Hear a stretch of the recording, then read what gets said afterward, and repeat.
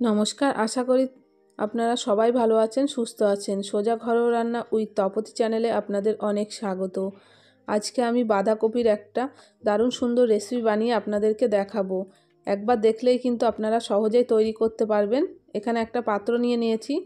প্রথমে পাত্র মেপে কিন্তু 1 পাত্র আটা নিয়েছি, তারপরে 4 পাত্র মতন ময়দা নিয়েছি। সামান্য পরিমাণ লবণ আর চিনি দিয়ে দিলাম, অল্প পরিমাণ রিফাইন তেল দিয়ে দিলাম। হাতের সাহায্যে ভালো করে কিন্তু এটাকে ময়ান দিয়ে নিতে হবে। অল্প অল্প এখানে উষ্ণ গরম জল দিয়ে ময়দাটা কিন্তু আমি মেখে নেব। লুচি, রুটি, পরোটার ডো যেমন করে আপনারা মাখেন ঠিক ওইভাবেই কিন্তু মাখতে হবে। এখানে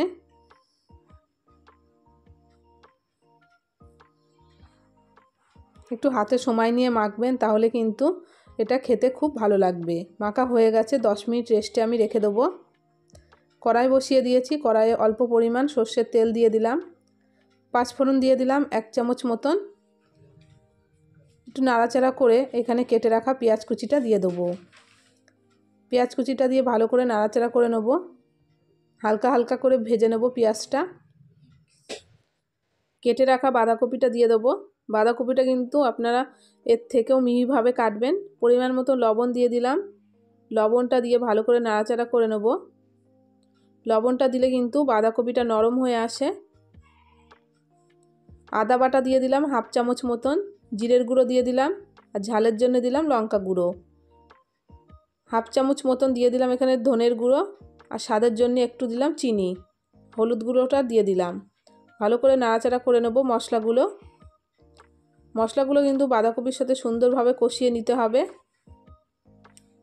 এরপরে 10 মিনিট কিন্তু ঢেকে দেবো, যাতে বাঁধাকপিটা একটু সেদ্ধ হয়ে আসে। 10 মিনিট হয়ে গেছে, দেখুন বাঁধাকপিটা অনেকটাই কিন্তু নরম হয়ে এসেছে। কেটে রাখা ধনেপাতা কুচিটা এবার দিয়ে দেবো।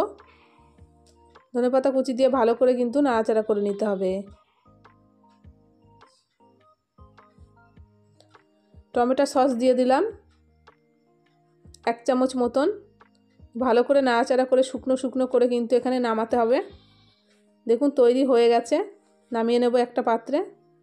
নামিয়ে কিন্তু এটা ঠান্ডা করে নিতে হবে। ময়দাটা এখানে 10 মিনিট রেস্টে রাখার পরে দেখুন কত সুন্দর নরম হয়েছে।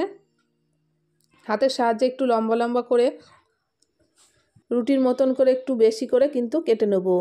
দেখুন একেবারেই কিন্তু আমি ছোট করছি না, এগুলো একবার গোল করে নেব।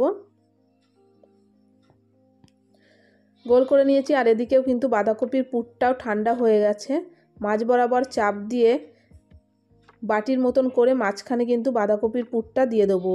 দিয়ে চারপাশ দিয়ে ময়দাটা নিয়ে মুখটা ভালো করে কিন্তু সিল করে দিতে হবে, যাতে বেলবার সময় না বেরিয়ে আসে। দেখুন সুন্দরভাবে কিন্তু এটা করা হয়ে গেছে। একইভাবে কিন্তু প্রত্যেকটা করে নিতে হবে। একবার হলেও কিন্তু বাড়িতে আপনারা তৈরি করে এটা দেখতে পারেন, খেতে কিন্তু অসাধারণ লাগে। হাতে হালকা পেস্ট করে নিয়ে অল্প তেল দিয়ে কিন্তু গোল করে বেলে নেব। বেশি চাপতে যাবেন না, তাহলে কিন্তু এরকম করে সাইড দিয়ে ফেটে যাবে।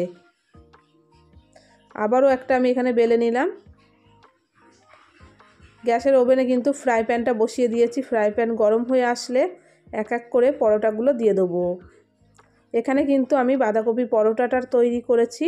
আপনারা কিন্তু পরোটা তেকোনাভাবেও তৈরি করতে পারেন। আমি এখানে গোলভাবে তৈরি করেছি।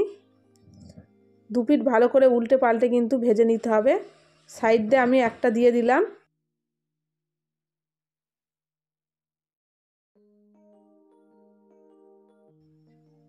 ভেজে নিয়ে কিন্তু গরম গরম আপনারা আলুর দমের সাথে পরিবেশন করবেন, খেতে কিন্তু খুব সুন্দর লাগে।